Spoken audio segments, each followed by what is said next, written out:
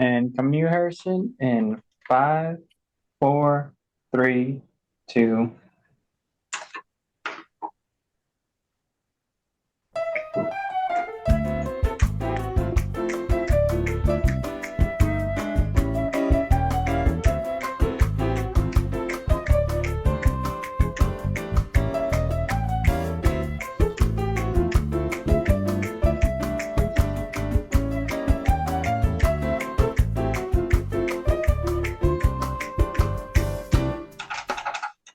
Good afternoon, everyone, and welcome to, would you believe, the final Topic Time show of May of 2023. We are now 5 months through 2023. The show has never gone better, and it just keeps getting better and better. And I have a Zoom interview, another one today. We're actually going in New York City, and a gentleman who's an entrepreneur. I don't know much about him, like I told him before we started. But as usual, what I love doing on Topic Time is finding out about the people that I interview during the interview. And then that makes it, much more enlightening to the people that watch the show after it's done, and enlivening and stimulating and all that. But before we get to him, got to read these incredible underwriters. Don't have a lot because I have a beautiful model at my Eastern location tomorrow. I save most of them for her, but read them because they're great. So we got Salon Neo in Quincy. They're in Newark. We got Pembroke Radiator in Pembroke. We got Salon Giovanni in Marshfield. We got Radiologist 101 Barbershop in Brockton. We got Crazy Axes Rec Center in Hanover. We got the Gunrunner LLC in Middleborough, our Second Amendment Freedom Store. We got Rodney's Kitchen in Halifax, and we got DNS Auto Works and Collision Specialists in Abington, right here on Route 58. And I want to thank you guys very much. And now I'm going to introduce Mr. Christopher Hobbick. Is that how you say it? That's exactly it. Okay, yeah, almost like you take the T from Hobbit and add CK instead at the end, and it's like the book The Hobbit, the trilogy. It's perfect. I love making these little off the cuff analogies and stuff. Okay. Well, it says you're an entrepreneur. Now, I don't know. I sort of got the sense that you do graphic design. Is that somehow come into play? You let me know, and then we'll go back a little further to a few years going back to find out what like as a younger guy and how it got you into what you're doing. So just describe what you do in a nutshell, if you would. Yeah, definitely. Well, I work in software, and I love serving small businesses. I like to grow small businesses by helping them grow through technology. So I have my company, First Rate Technological Consulting. Gotcha. And you're a marketing firm, basically. Little more than marketing. We build software, we provide IT support, and of course, part of growing any business is marketing it through digital means. So we help with that as well. Okay. Are you in Manhattan? What part of New York are you in? Yeah, right in Manhattan. I'm sitting in Chelsea, Manhattan, as we speak. Chelsea, Manhattan. I never heard of Chelsea, Manhattan, but I mean, I've never heard of Manhattan. I know Manhattan. Interesting. Anyway, are you in near 7th Avenue? Yeah, very close. 6th Avenue. I have pretty good perception. I've been down there. All right. Well, tell me about what your childhood was like. You seem like talking to you already. I'm sort of getting the sense that you were kind of a precocious kid, maybe a little kind of an egghead nerd, not in a good way, but you were smart about, you knew about things that you had a higher intelligence than a lot of your classmates in school. Am I right? Just sort of. I guess you can say that. I'm a Midwest man. I grew up in Michigan. Oh, no kidding. Okay. Yeah. Definitely, and I was very passionate about music when I was a young kid, and that's what brought me to the East Coast. I went to school at the Berklee College of Music in Boston. Right in Boston. I got plenty of guests on that have gone to school there. Well, so why are you not now a musician by trade then, or will you tell me? Well, my journey just evolved into what it is now. Throughout my 20s, late teens and 20s, I was in numerous bands. Oh, you were? Yeah, did a lot of little mini tours, played a lot of shows, recorded a lot of albums, and just played with a lot of fantastic people. And I'll cherish those memories forever. And I'll tell you that's really the jumping point to entrepreneurship. I believe that the world needs more entrepreneurs. And if you can make it in the music industry, you can do anything.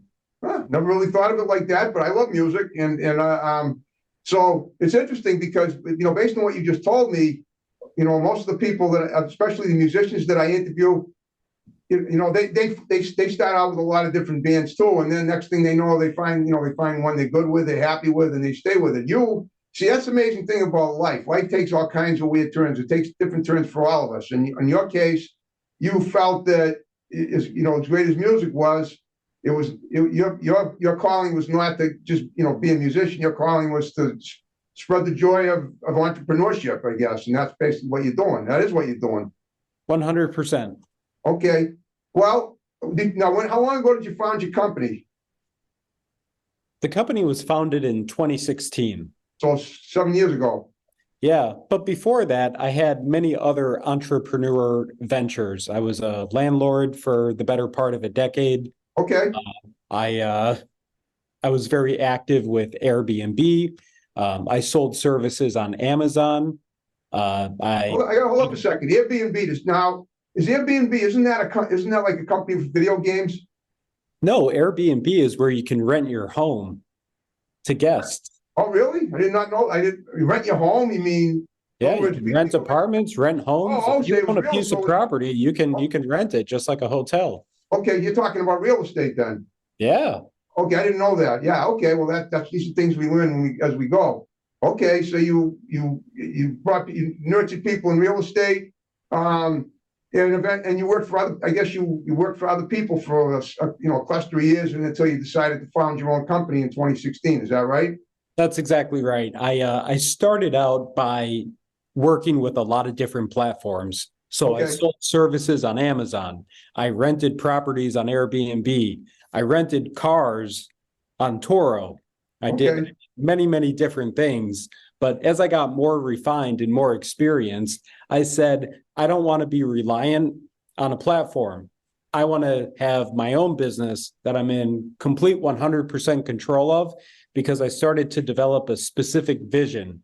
And that vision was, you have, most of America runs on small business. That's true. And you see people that are passionate about what they do, and they do a couple things of their business very, very well. Whether you're an auto mechanic or selling jewelry, you do what you do very well, but there's a couple of gaps in your business that you're not an expert in. And I saw a real opportunity for me to come in and fill those gaps because of my technical know-how and my network of resources that can do something like build a custom software application. Okay. To help scale a business. Okay. So basically you design software for small businesses mostly, right? Yeah, that's right. Okay. Does any of this does this ever go into like TV commercials or anything like that, or is this just for the use of computer work? It could be any number of things. Like for example, I'm working with an irrigation company right now. Okay. And they have no technology. Okay. But they have 500 customers. So they got a big route. They got a big area of about 100 square miles. And they got right off the bat, you're telling me you're working with an irrigation company that has no technology. They don't have sprinklers to sprinkle water on a lawn. That's technology. Well, that is a technology, but I'm talking about managing the business. Okay. Believe it or not, it's very archaic, where you have the owner of the business with a pad of paper and a pencil that's writing his appointments out by hand, driving to his crew every morning and handing out these pieces of paper saying, this is what you're going to do today. Okay. And, by not having technology, it's very inefficient. Oh, I see what you're saying. Yeah, you might get a phone call at one property, and then your second appointment might be 45 minutes away. You're wasting half the day only serving 3 or 4 customers, where if you use technology and built an algorithm to kind of schedule, with houses closer to each other, you could serve a dozen customers today, in one day instead of only 3 or 4, and you can make a lot more revenue and just create a lot more efficiency in your business. So these are the types of consulting and projects that I'll do. Okay. So in all the years you've been doing this now, how many businesses have you taken under your wing, would you say? If you're not sure, just ballpark it. I'm sure there's quite a few. I've helped over 200 small businesses. Wow. Okay. And in order to help them and to keep your business going, you need to keep providing them with upgrades in the software too, don't you? Isn't that kind of how it works? That you Yeah, have to there's keep. definitely some maintenance. That's for what I mean. Maintenance. When a small business hires you to create technology for them, how long does the provided service last for? Usually, I guess it varies with different businesses, right? It varies different businesses. If you're building a custom piece of software, on average, it'll take around 4 months to build. Okay, but I'm talking about right. But what I'm asking is, how about after it's built? What happens then? Right? Are you still in the loop with these businesses afterwards? Are they still, Yes, there's still activities that you need to undertake? 100%. I forge lifelong relationships. Okay. It's not one of these deliver and disappear type businesses. Right, but they obviously still they continue to need your services as and utilize you for the duration, basically. Well, yeah. I mean, if you think about it, let's take a step back. A business can only go in one of two directions. You're either growing or you're dying. Right. Yeah. Right. And hopefully you're growing. And if Right. you're growing, your needs are always going to be evolving and changing. So That's true. that's what I mean by lifelong relationships. We complete a project, some people need a monthly retainer and we just do provide services, month over month, year after year. Other businesses, we provide a service and they're off and running. And I might not hear from them for 6 months. But I'll definitely hear from them again with another problem. I like to say, another solution that we can. I understand. How do you reach your target audience? I've been blessed. We provide very, very good service. So I would say 95% of all the business is word of mouth referrals. Yep. As it should be. Okay. Which is fantastic. Yeah. Do you have a large staff working for you? Yep, I got a staff of about 25 developers. Okay. And then, so everything now, in addition to, you went to Berklee School for Music, but where did you learn to develop software? Did you just teach yourself, or did someone teach you, or what? How did that go? Well, in my late 20s, when I decided I did not want to try to pursue music professionally anymore, I stepped foot by chance into corporate America. Okay. So I don't say everything happens by chance. Everything happens for a reason. Go on. For sure. Well, I got 15 years of experience working in large corporate enterprise IT environments. Okay.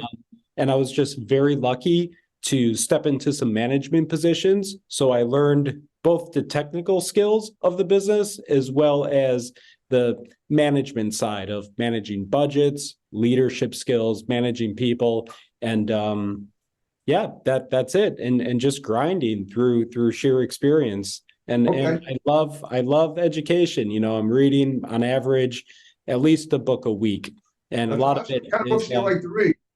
Yeah, I love to read. I'm passionate. What kind of books do you like to read? It's largely around biographies, business books, self-help books, a lot of those types of books. I just reference books more than works of literary, like fiction or anything like that. Or do you like that too? Honestly, not too much fiction. Okay. I really like, there's nothing more fascinating than real life, and I just love those real life stories. Okay, I get you. Around business. Have you ever now you just said that you decided in your late 20s that you weren't going to pursue a music career. I'm looking at you now, and you don't look like you're much past your late 20s. That's why it's almost like the timeline must be kind of like obscure, because I'm thinking you're probably older than you look, because it sounds, if you look about 33 at the most, but I know you're probably older than that only because of what you just said. So I'm very flattered. I'm not going to tell you my exact age. I'm not your age. I'm not asking for your age. I'm just trying to piece together a puzzle using my own power of observation and process of deduction and all that stuff. Yeah. Okay. I am in my 40s. Well, okay. Well, yeah. All right. That's what I figured, only because, that's good. I mean, obviously, you love what you do. So being that you're self-employed, do you adhere to a 9 to 5 schedule every, 5 days a week, or do you I take it you make your own hours, or it all depends on the needs of the clients? I work every minute of the day. Okay, so even during the overnight at times, if necessary. 100%. I Wow. really love what I do. I don't consider it work.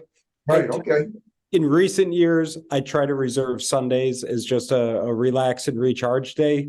Sure. But yeah, pretty much Monday through Saturday, from the moment I wake up until I retire at night, I'm Yep. working, I'm thinking, I'm strategizing, I'm working, I'm prospecting, selling, calling. I'm doing a lot. so you do it now, how much of your work requires the actual physical changings of venues? In other words, I assume that if you reach out to all these businesses, you probably do a lot of it online, but you probably at some point have to be there in person as well to Totally. assist people. So what would you say the ratio of online service compared to physical transportation, to venue service is about? I would say 80% is virtual. Oh, really? So most of it is online. Most of it is online right from your office. Yeah, definitely. Okay. Now, That was not always the case. I know it's not 80%, meaning 20%. You do have to meet with people. You probably, and at some point you have to meet with everybody that you interact with anyway to deal, to finish the transaction, whatever it might be. I would say before COVID, it was actually flip-flopped. Yeah, that makes sense. COVID's changed a lot of lives, without a doubt. In fact, I don't know if I'd even be doing Zoom now if it wasn't for COVID. I don't know if the technology was upgraded. And I'm thinking maybe someone like you, for what you do, would have been able to, you would have been someone that saw the opportunity in the detriment of the situation and turned it into a positive and figured out so many businesses could do well if we could teach them how to use Zoom. Did you ever do anything like that? Creating a Zoom technology for anybody? For like what we're doing now?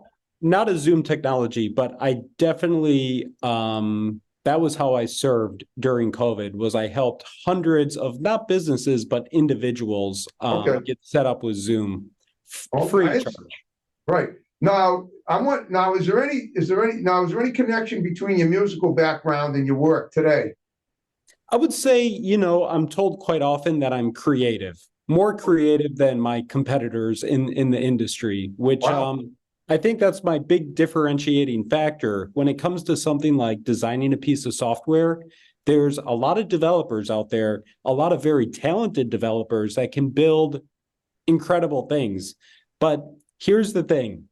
When it comes to software, think of your iPhone in your pocket. Yep. It doesn't come with a user manual. You intuitively know how to use it.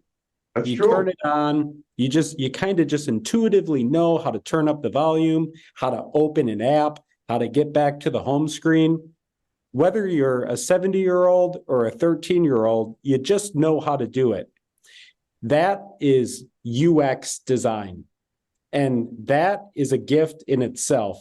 And that's really where I shine, is to be able to take an idea or to recognize a problem that a business owner is facing and transform that into an app that not only functions, but doesn't require a user manual, that just makes sense. The buttons, the drop-down menus, everything, start to finish, just logically makes sense. Myself and my team, we build beautiful apps. Are you in the Fortune 500, or are you striving to be there? Or are you 100%. I'm not there currently, but Okay. It's definitely a goal. It is interesting because you mentioned the phone. You mentioned the phone. Now, 10 or 15 years ago, I wouldn't have foreseen myself doing what I do. Especially most of my situation requires using my phone. Reach out like to reach out to you to get you on the show. And when you realize that how crazily surreal almost that the technology is, that it's especially when I saw what I was just pedaling my stationary bike last Thursday morning, and I said, I got to find a guest for my show next week. And I looked down a list of names, and there's Chris Barbic. Okay, it was Chris Barbic. Well, he's got thousands of followers. Don't know much about him, but because I know how to do this app, I can find him. I can talk to him, in 5 seconds, and bingo, here we are doing the show. That's exactly it. Yeah, I know. It's true. And I guess and I guess, nothing was totally self-taught. Everything, all this technology has to be learned somewhere. Like, you go to, when I got my first iPhone, I remember I walked in a Radio Shack and, well, actually it wasn't Radio Shack. It was the AT&T store. And they showed me how to use it. And I thought, am I ever really going to be able to use it? But after playing with it for a couple of days, I had it down. And it's something that it is amazing, the technology that we have now and how we take it for granted every day. And it is like living in a world of science fiction, which is great. I mean, we can't ask for better than this, and it's only going to get better now. Now, do you have any theories about the AI things happening? I hear that might end up becoming a detriment only because if artificial intelligence turns out to be too, demanding, we might end up being at their mercy. I know that sounds really apocalyptic, but what do you say about that? I'm wondering if you have any opinions.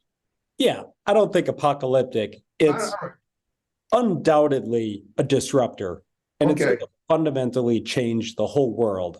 It is. So right now, it's a really amazing tool. But are you familiar with Midjourney? I've heard of it. I'm not. What does it mean? You explain. You can text to an image. So you can input a description, like a paragraph, give me a picture of so you're talking about creating artwork with words. Exactly. But this just highlights, it was only 6 months ago. It was clearly an AI generated image. It was kind of blurry. It was kind of deformed. It wasn't really like refined.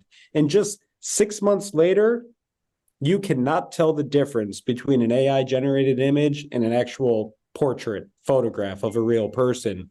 The rate at which this is improving is unbelievable. And I think it's going to be a disruptor in the sense of we're not going to know what's real and not real. There's a lot of jobs that are going to be automated by AI. There's going to be massive disruptions. Well, do you think it's going to compromise people's real jobs today that they have? Because there's always been the speculation. Scientists that I've heard, from what I understand, have always speculated that at some point, if technology gets too good, then the use for the human labor force is going to go down the crapper, basically. Not all the way. I mean, we still have to have people running those things, but it's going to compromise a lot of people's jobs because once technology takes over and it becomes cost effective, it's going to mean a lot of people aren't going to be needed anymore. I mean, that's like the most to the extreme of from what I've heard. But yes, but I mean that's already been going on for the last 30 years. Oh, I know that. It's a gradual thing, like evolution. Yeah, I mean, like, look at I grew up in the Midwest. I grew up in Michigan. So look at the automotive industry. What part of Michigan? Detroit, or were you in the farm belt? Yeah, I was about 45 minutes west of Detroit, near the Ann Arbor area. Okay, that's more rural, right? Yeah, definitely. Small town, middle America. Right, exactly. But I mean, just to highlight, a couple of years ago, I was at the Ford F-150 pickup truck factory. Huge factory. Yep. There was maybe only 5 human beings in the whole factory. That's my point right there. How many? And they're always saying cars are built by robots. Right, exactly. But that's, and from what I understand, now that you brought that up, it reminds me that especially now when most of the cars that we get are from our country anyway. Most of them are from Japan or Italy, right? I mean, other ports of call. So, from what I understand, the automotive industry, the people working in those assembly lines have really been shafted, no pun intended. But I mean, is it what I'm wondering is there a way to change that so that you can make AI benevolent instead of malevolent for the people that need the work? And so, does your firm have anything? Would your firm have anything to do with that? You know what I'm asking? You know what I'm getting at here? I sort of understand. I mean, we're kind of talking 10 years down the line here. I know that, but 10 years goes by. You know what time is. 10 years goes by quickly. But I would say, as great as AI is, at the end of the day, when it comes to creating something, to create it 100%, to go from idea to release, it still requires talent. Talented humans. Right now, AI is a really good assistant. And I think in some aspects, AI is actually going to get better than humans. But still that really creative thinking to actually delivering something, I personally, I think it's a ways out. Okay, yeah, okay. Just a quick question. Where do you see yourself in 10 years? If you, you seem like a man with a vision. You obviously said you had one. So what do you see yourself in 10 years? Just, doing the same thing you're doing now, only probably more techno, with more companies, right? Or what do you say? Yeah, definitely. I definitely see some exit strategies. I would love to be part of something bigger. I think all the work that I'm doing right now, I'm adding a lot of value. I'm building something, and I ultimately see selling. And then taking the proceeds of any business that I sell and turning around and Profitizing. doing something more philanthropic. Okay, that's good. Well, guess what, Chris? We're down to the final 5 minutes. As I told you, the time goes by fast. I hope you enjoyed talking to me. I hope we had a meaningful discussion. I enjoyed talking to you.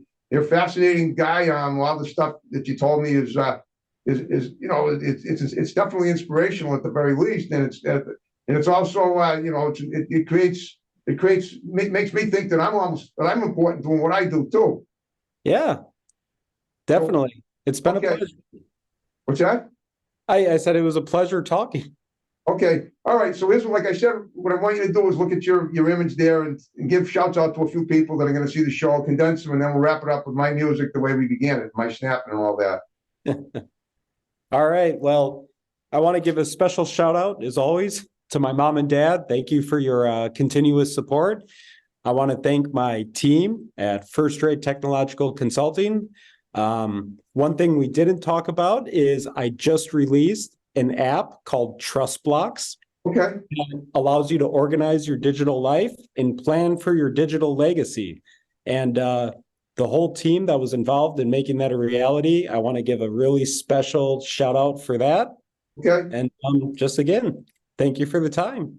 Okay, and I'm glad you mentioned that, because the last question I would ask you is if there's anything you want to mention that we didn't have time to talk about, mention it, but you took care of that. Okay, now if you know anybody that has an interesting story to tell in your life, whether any members of your team, friends, anyone that's in entertainment, music, I mean, I'm sure all those bands you played in, you probably know a lot of musicians. I have plenty of musicians on as guests. They either perform or we put YouTube videos of their performances on the show that can be edited in. Please give them my digits now that you've done my show, and I'd love to get them on because I get a lot of guests from word of mouth. And so definitely, I'll send you a few people I have in mind. That would be well, you know what you do? Don't send them to me. Send me to them. Tell them about me, and then have them text me, and then I'll say that they know you, and then we'll schedule them for an interview. It works better that way. That's my MO as far as getting guests. Because you got it. You send them. You can send them to me if you want, but you can give them my digits and tell them that you did my show, and then I'll take it from there. That'll be great. I really appreciate that. Yeah. All right, that's awesome. All right, Chris, I have one favor to ask. When we're about to wrap the show up, would you stick around and have my tech guy Chris do a couple of pics for Facebook, and I'll tag you in them. Okay. All right, folks. We're wrapping up topic time in May of 2023. See you guys in June. It's going to be great, and the summer's going to be as hot as ever. Take care. Signing off. Bye-bye. Over and out.